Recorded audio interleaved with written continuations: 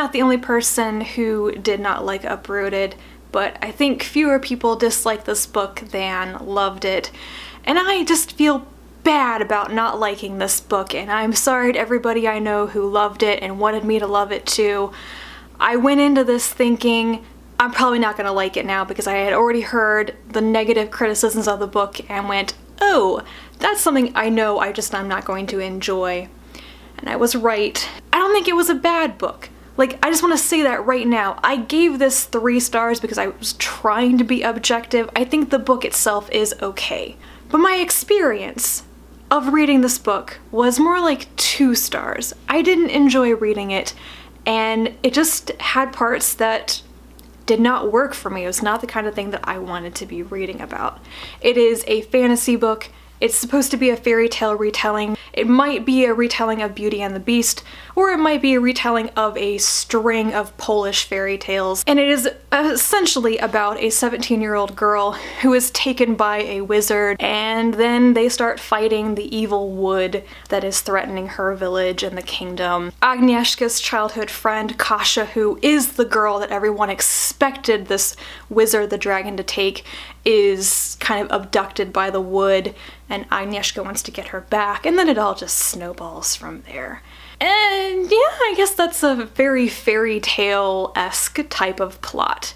And that's the first good thing I want to say about this book, is that it had a really great fairy tale vibe, and it was very vivid and an imaginative feeling. I think that's the quality of Novik's writing. She really brought the imagery of this book to life. It has some very beautiful passages. In some parts, I felt like I was almost watching a Disney movie in my head. It really hit the atmosphere and the type of story that you expect from a fairy tale. That was very enjoyable. Another big positive, something that I actually really enjoyed in the story, is the character of Agnieszka. I liked her. I think she is the only character in the book who visibly has some development and growth. She is a different person in the beginning versus the end. The other thing is something that I actually had pointed out to me before I started reading the book, and that I kept in mind and started to really appreciate in the story, and that is Patty from I Smell Books. In her review, she loved this book, talking about Agnieszka's ability to get things done with the very little that she has available to her. She has a very low level of magical knowledge throughout most of this book, but she takes that very small amount of what she does have, whatever she has at hand, and she turns it into something big. She doesn't always get it right, of course. In the face of all these people telling her that certain things are impossible, she refuses to give up. And she's like, maybe you just didn't think about this problem from the right angle, and she solves it because she's looking at it differently from other characters. She is a dedicated and loyal person. That's the other positive part of this story, which is the friendship between Agnieszka and her friend Kasia. I think that relationship is a bit let down in the story because it's very much from Agnieszka's perspective only. You see the lengths she goes to rescue her friend. But Kasia herself is not a really multi-dimensional character. But it's true that from Agnieszka's perspective, they are very good friends. They are dedicated to each other. And very, very good thing, of course, is that they never devolve into these petty arguments or anything. They actually have a good friendship, and they are tested many times and come through it okay. The first negative thing I have to say is about pacing. Novik is, at least stylistically, a good writer, I think. I have really admired her writing skill at like the paragraph and sentence and dialogue level, and I think that succeeds in this book as well. It is well written, but pacing, I think, is Novik's problem. It's very episodic. Like, every chapter is its own problem that has to be rushed to be resolved in that chapter. So it's like, oh, problem, it's okay, we fixed that. Oh, problem, fixed.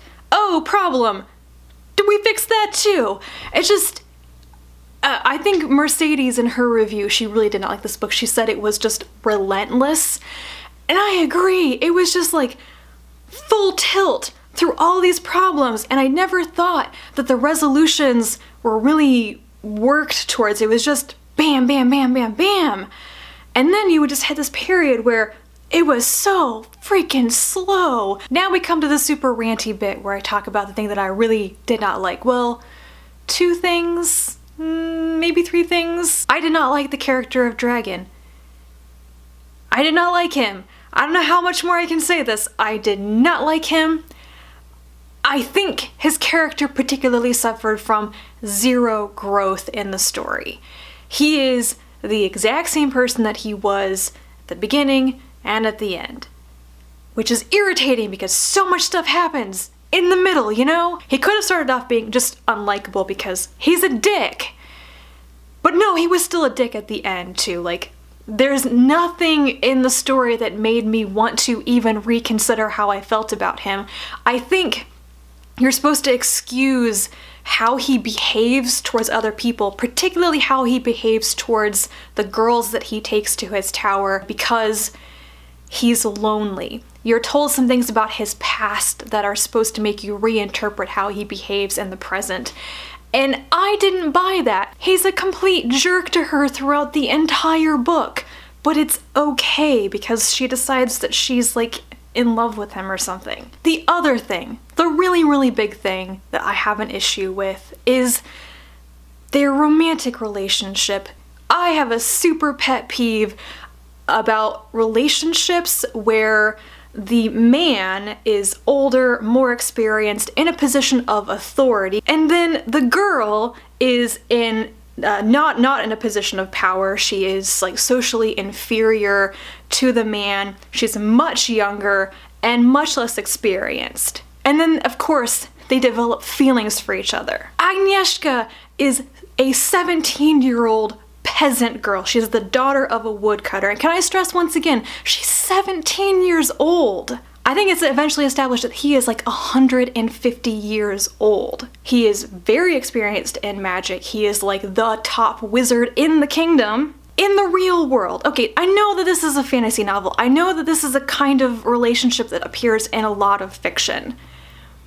But I don't like what this says. I don't like how it romanticizes this weird and uncomfortable relationship dynamic where the man has so much more power in the relationship because he's got the money and the magical power and the social power, and the girl has nothing.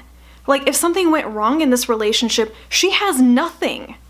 This is not good. I don't like it being romanticized. Why are you writing stories that romanticize this and tell 17-year-old girls that it's like the romantic ideal that you fall in love with your male teacher?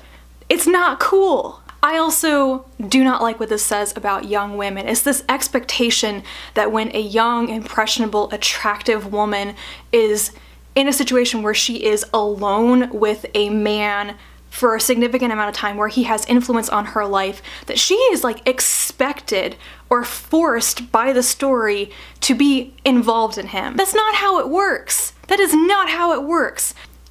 And this is the thing that really bothers me about his age, about Dragon's age. He's 150 years old, but it's okay because he's young looking. I don't care how young or old you look. If you are 150 years old and it's established you have a whole bunch of political and social and wizardly experience, you're 150 years old, not 17. Don't become involved in this with a 17-year-old girl. Isn't she too young for you? Like, wouldn't you just be bored with her because she's a baby compared to you?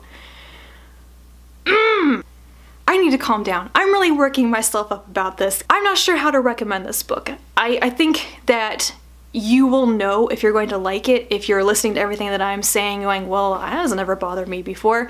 You'll like this book. If you really enjoy fairy tale type retellings and stories that have that kind of feel, I think you're primed to really enjoy this. If you like romantic relationships in books more than I do, you'll almost certainly enjoy this more than I did. But if any of this stuff sounds like it might be your pet peeve, then be prepared, you might not like this book. This is my opinion. It's not going to be everybody's opinion. You're not always going to agree with me, of course. I just didn't like this book that much, and the more I think about it, the less it sits well with me. If you have thoughts on this book, if you have read it and you interpreted things the same or differently from me, please let me know down in the comments. I would very much like to know how other people thought about the things I talked about. Thank you for watching this super ranty video, and I will talk to you again soon. Bye.